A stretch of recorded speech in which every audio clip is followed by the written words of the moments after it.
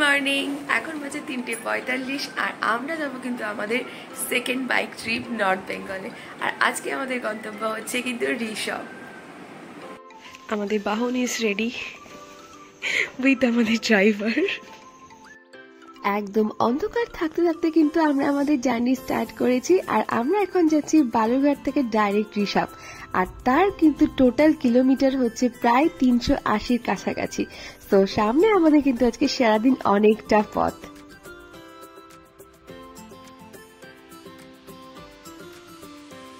আমরা কিন্তু আমাদের আজকে ফার্স্ট স্টপেজ দিলাম গঙ্গারামপুর বাস টার্মিনাসের সুলভ শৌচালয়।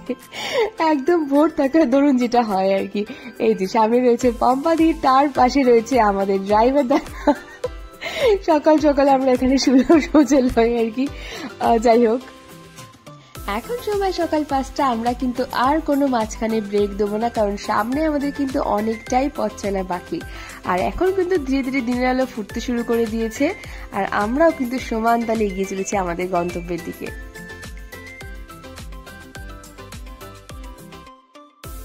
কলা গাছের ফাঁক দিতে কিন্তু লাল রঙের সূর্যি মামা দেখা মিলল হঠাৎ করেই। আর তার সাথে সুন্দর পাওনা হলো সুন্দর রাস্তা, তার সাথে সবুজ ধান ক্ষেত, সাথে ভুট্টার ক্ষেত।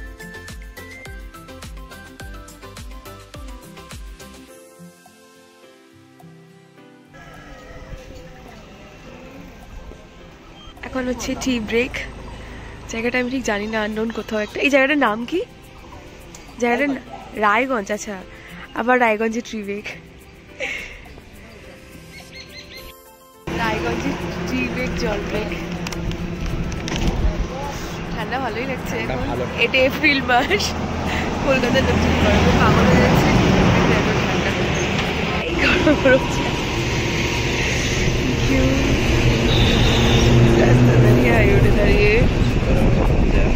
চা বিরতি সেরে নিয়ে কিন্তু আমরা এবার চললাম আমাদের নেক্সট স্টপেজ ইসলামপুরের দিকে।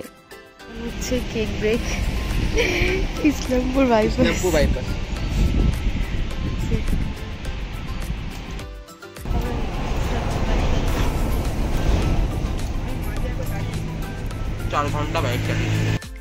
আগের বারের মতো কিন্তু এবারে আমাদের জার্নি সাথী হচ্ছে পাম্পাদি আর অভিষেক দা।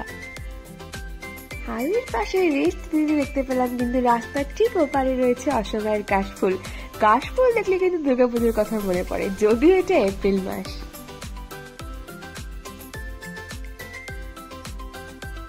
এখন বাজে সকাল 9টা। এবার কিন্তু আমাদের ব্রেকফাস্টের টাইম হয়ে গেছে, খুব খিদে পেয়ে গেছে। তাই আমরা একটা রোড সাইড হোটেলে ঢুকে গেলাম, যেখানে কিন্তু সকাল সকাল আমরা দেখি এখন কি পাওয়া যায়।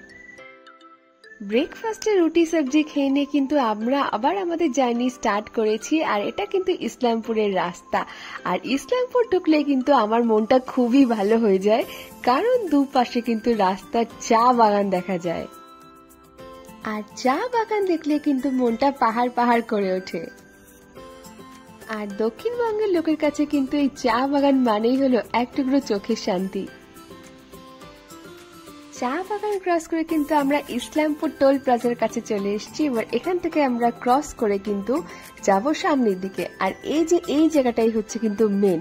আমরা যাব এখান থেকে ফুলবাড়ির রাস্তাটা, আর ওই বাঁ দিকের রাস্তাটা কিন্তু যায় হচ্ছে বাগডোগরার রাস্তা, সেখান দিয়ে শিলিগুড়ি যাওয়া যায়।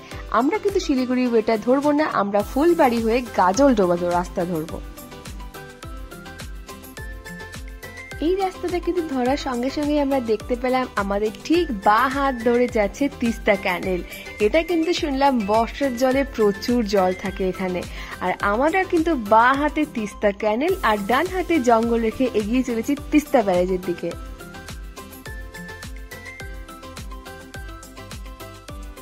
যেতে যেতে কিন্তু দেখতে পেলাম সামনে লেখা আছে ওয়েলকাম টু গাজলডোবা ফোরের আলো, the pride of north Bengal.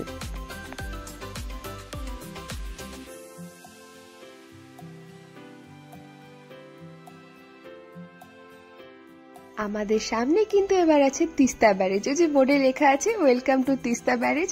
আর তিস্তা ব্যারেজের ওপরে কিন্তু কাজ চলছে, তাই প্রচন্ড ধুলো ছিল এই জায়গাটায়, ঠিকমতো দাঁড়িয়ে ছবি তুলতে পারিনি, কারণ এখানে দেখলাম চতুর্দিকেই পুরো কাজ চলছে ব্যারেজে। তিস্তা ব্যারেজ কিন্তু ক্রস করে আমরা এবার চললাম ওদলাবাড়ির দিকে, আর যাওয়ার পথে কিন্তু পেলাম এই রাস্তাটা, উফ জাস্ট অসাধারণ। এই রাস্তাটা কোথায় যে জানা থাকলেও কিন্তু এই ফরেস্টের নাম আমরা ঠিক জানি না, তাই আমরা বরাবরের মতো ওই পম্পাদির নিয়ন হেলমেটের অভিষেকদের বাইক ফলো করতে করতে সামনের দিকে এগিয়ে চললাম।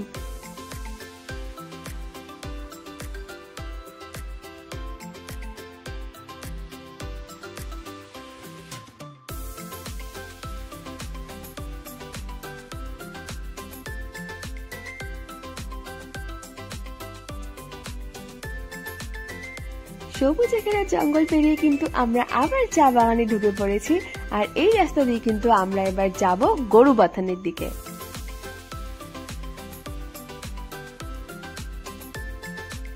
আমরা যদি কিন্তু গুগল ম্যাপের ভরসাতে এতটা রাস্তা জার্নি করি, শুধুমাত্র গুগল ম্যাপই নয়, গুগল ম্যাপ ছাড়াও কিন্তু অনেক সময় আমরা রাস্তার আশেপাশের লোকজনের থেকে হেল্প নিই, এছাড়াও কিন্তু রয়েছে এই ধরনের বোর্ডগুলো।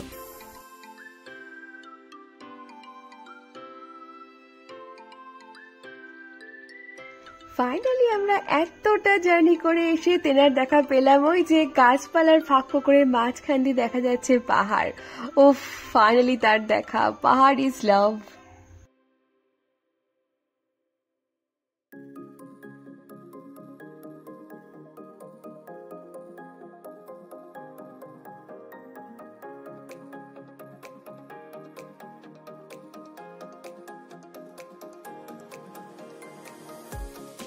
এখন বাজে 12:30, আর এখন আমাদের লাঞ্চ ব্রেকের সময়। বিশাল খিদে পেয়ে গেছে, এমনি পাহাড়ি হাওয়া বাড়লে খিদে বেশি বাড়ে আর কি। যাই হোক, আমরা গরুবাথানে দাঁড়িয়ে গেছি একটা হোটেল দেখে, নাম হচ্ছে সিয়োগ হোটেল। এখানে দেখলাম থালি রয়েছে, তো আমরা গিয়ে অর্ডার করে দিলাম হচ্ছে ফিশ থালি। আর এটা হচ্ছে ফিশ থালি, সঙ্গে রয়েছে ফুলকপি ভাজা, স্কোয়াশের তরকারি, ভাত, একটা চাটনি রয়েছে ওখানকার, তারপরে রয়েছে স্যালাড, ডাল রয়েছে সঙ্গে, আর রয়েছে আমাদের মাছ। প্লেটের দাম পড়েছিল কিন্তু 160 টাকা, আর খাবার কিন্তু বেশ ভালো ছিল। খাওয়া দাওয়া শেষ করতে কিন্তু আমরা প্রায় 1টা বাজিয়ে ফেলেছি, আর এখান থেকে খাওয়া দাওয়া করে রেস্ট নিয়ে কিন্তু আমাদের আবার চলা শুরু হবে।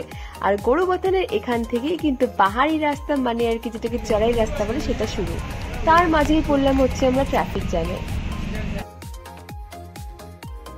ট্রাফিক জ্যাম পেরিয়ে কিন্তু অবশেষে আমরা ফাইনালি ফাঁকা রাস্তায় পৌঁছেছি। এখন কিন্তু সময় হচ্ছে প্রায় 2টো। আর এই রাস্তা ধরে কিন্তু আমরা যাব এখন অ্যাম্বিয়েন্ট টি গার্ডেনের দিকে। সেখানে আমাদের অবভিয়াসলি দাঁড়িয়ে যে কটা ফটোশুট করার আছে, আর এটার পরে কিন্তু পরে অ্যাম্বিয়েন্ট টি গার্ডেন।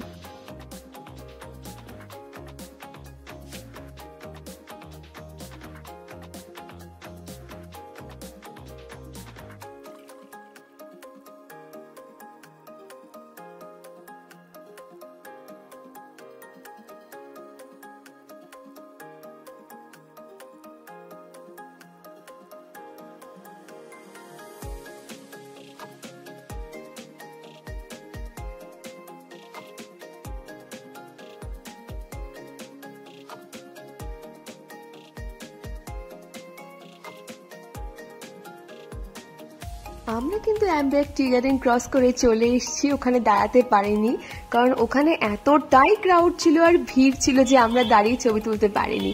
কিন্তু আমরা অ্যাম্বিয়েন্ট টি গার্ডেন ওখান থেকে ক্রস করে বেরিয়ে আসলে চা বাগান কিন্তু আমাদের সঙ্গে চলেছে।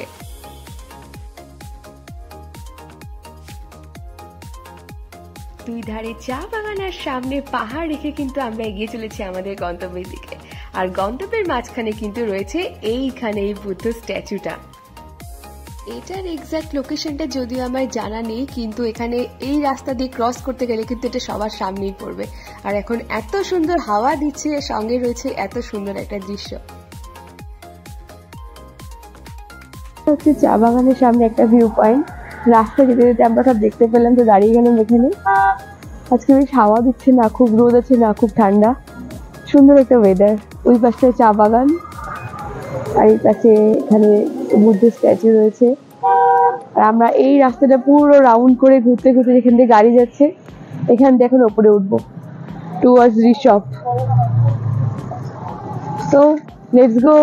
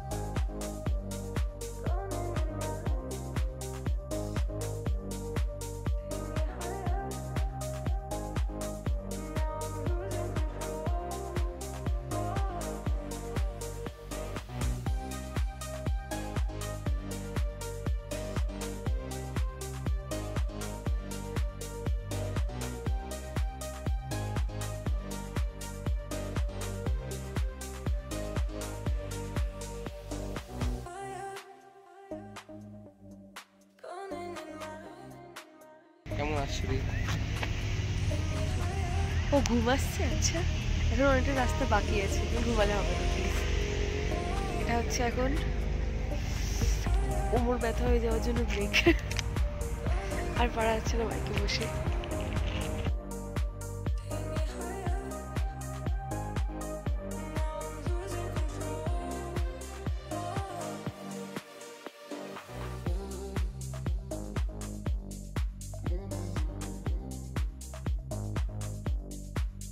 রাস্তার পাশে দাঁড়িয়ে কিছুক্ষণ রেস্ট করে নেওয়ার পর কিন্তু আবার আমরা এগিয়ে চলেছি আমাদের গন্তব্যের দিকে। হ্যাঁ, এখানে কিন্তু একটা কথা অবশ্যই বলবো যে এই রাস্তাটা কিন্তু খুবই সুন্দর, মানে লাভা যাওয়ার রাস্তাটা ভীষণই স্মুথ আর ভালো চওড়া, তাই আমাদের কিন্তু ড্রাইভ করতে কোনো অসুবিধাই হচ্ছে না। আর আমাদের কিন্তু এবার আমরা প্রায় গন্তব্যের কাছে পৌঁছে গেছি, কারণ লাভা এখান থেকে কিন্তু মাত্র 3 থেকে 4 কিলোমিটারের ডিস্টেন্স।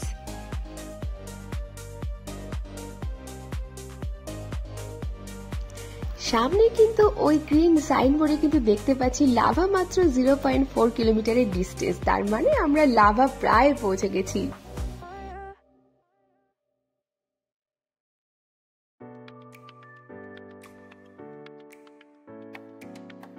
পাহাড় মানেই পাইন বন, আর পাইন বন মানেই কিন্তু ভালোবাসা, তাই পাইন বনের আশেপাশের ভেতর দিয়ে কিন্তু আমরা এগিয়ে চলেছি সামনের দিকে।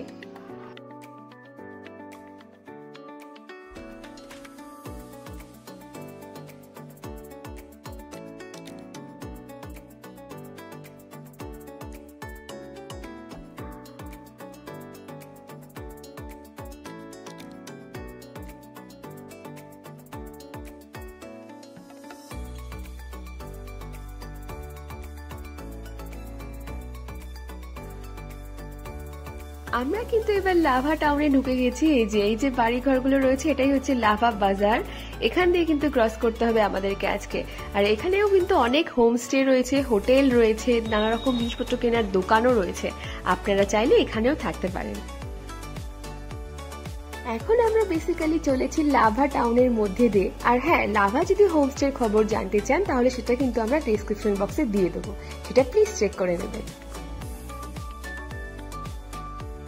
ভেবেছিলাম লাভা টাউনে এসে কিন্তু এখানে আমরা একটু ম্যাগি বা মোমো খেয়ে নেব, কিন্তু আমরা একদমই খেতে পারিনি, পেট পুরো ভর্তি ছিল। যেহেতু গরুমাথানে আমরা লাঞ্চ করে উঠেছি তাই একদম এখন খিদে নেই, আমরা কিন্তু ডাইরেক্ট আমাদের হোমস্টেতে গিয়ে খাওয়া দাওয়া করব। আর হ্যাঁ, যেহেতু আমরা লাঞ্চ সেরে এসেছি রাস্তাতেই, সেই জন্য আমরা হোমস্টেতে বলেছিলাম আগে থেকে যে আমরা কিন্তু লাঞ্চ করব না, একেবারে স্ন্যাক্স থেকে স্টার্ট করব। সামনের দিকে এগোতে এগোতে কিন্তু আমরা দেখতে পেলাম লাভার সেই selfie point I love lava যেখানে লেখা আছে, কিন্তু আবার সেই এখানেও এতটাই ভিড় ছিল যে আমরা এখানেও দাঁড়াতে পারিনি, তাই আমরা একেবারে এগিয়ে গেলাম ঋষভের দিকে। এটা ঋষভ ঢুকতে গেলে এখানে এন্ট্রি ফি দিতে হয় 20 টাকা পার পার্সন। দেখা যায়, জুম করে দিই, এই যে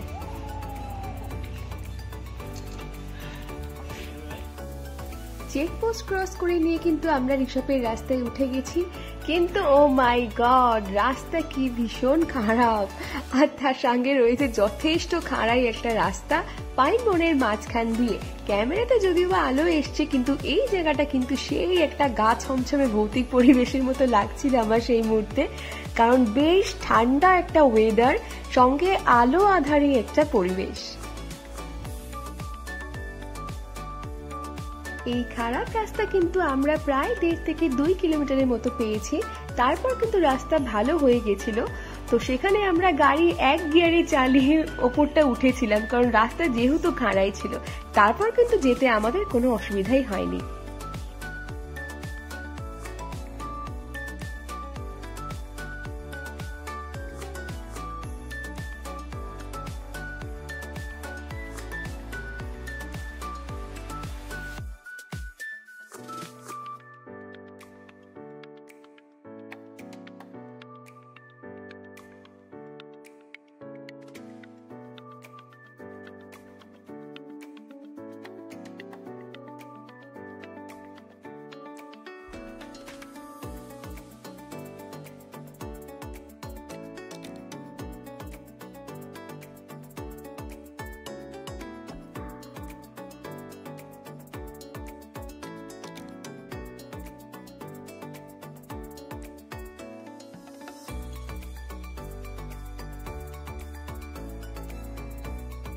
পাইন বনের মাঝখান দিয়ে চলতে চলতে কিন্তু আমরা পৌঁছে গেছি আপার ঋষভ, বা যেটাকে মেন ঋষভ বলা হয়। আর ওই যে হোয়াইট কালারের যে হোমস্টে দেখা যাচ্ছে, এটা কিন্তু হচ্ছে স্লিপিং বুদ্ধা, যার রেট কিন্তু যথেষ্ট হাই। স্লিপিং বুদ্ধের সামনে কিন্তু রয়েছে এই যে হোমস্টে হোয়াইট কালারের, এটা হচ্ছে নিউ সোনার বাংলা, আর তার সামনে রয়েছে প্লাস্টিক বোতল বুথ, যেখানে কিন্তু প্লাস্টিক যে জিনিসপত্রগুলো রয়েছে সেখানে ফেলতে বলা হয়। আর আপনি যদি পাহাড় প্রেমী হয়ে থাকেন তাহলে প্লিজ প্লাস্টিকগুলো এখানেই ফেলবেন, বাইরে ফেলবেন, এটা আমাদের রিকোয়েস্ট।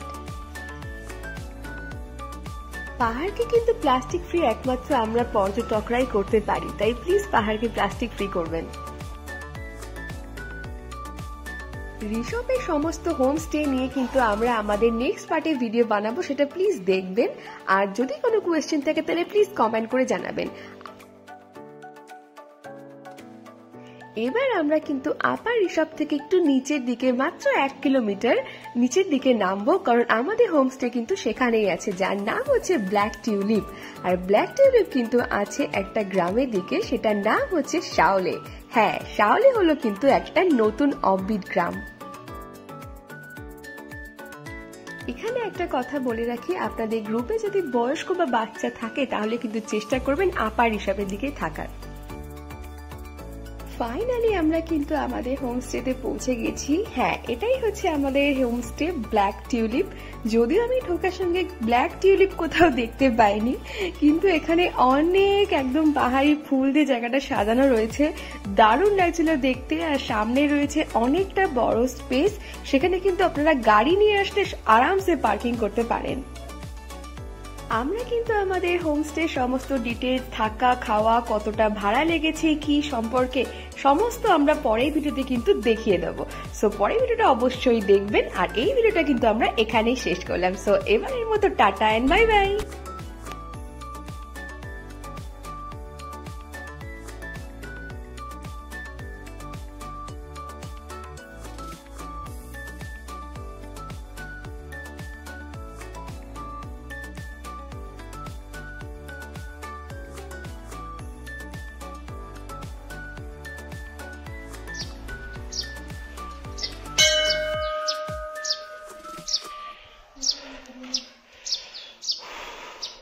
শাওলে গ্রামটা